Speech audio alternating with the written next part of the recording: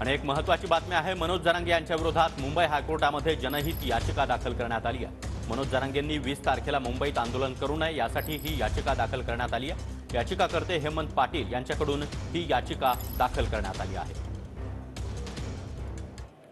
मनोज जरांगे पाटील यांनी पुकारलेल्या आंदोलनाच्या विरोधात आता याचिकाकर्ते हेमंत पाटील यांनी उच्च न्यायालयामध्ये याचिका दाखल केलेली आहे। मनोज जरांगे पाटील यांना या आंदोलनाची परवानगी देऊ नये आणि हे आंदोलन होऊ नये या संदर्भात ही याचिका दाखल करण्यात आली आहे। आपल्यासोबत याचिकाकर्ते हेमंत पाटील आहेत। पाटील साहेब, नेमकं तुमच्या याचिकेच्या प्रेयरमध्ये तुम्ही काय म्हटलंय?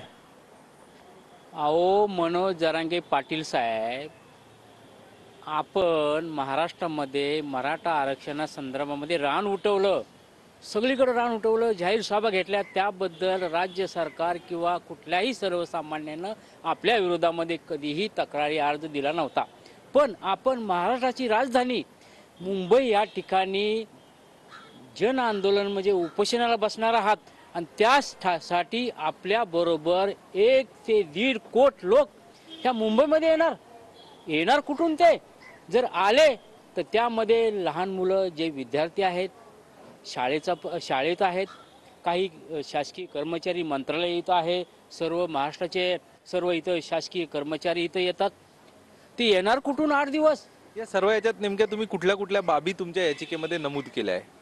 मी 2 दिवसापूर्वी माननीय मुंबई आयुक्त यांच्याकडे तक्रारी अर्ज दिलेला आहे की मनोज जरांगे पाटील यांना 20 जानेवारीपासून आंदोलनाला बसून देऊ नये, तशी परमिशन देऊ नये।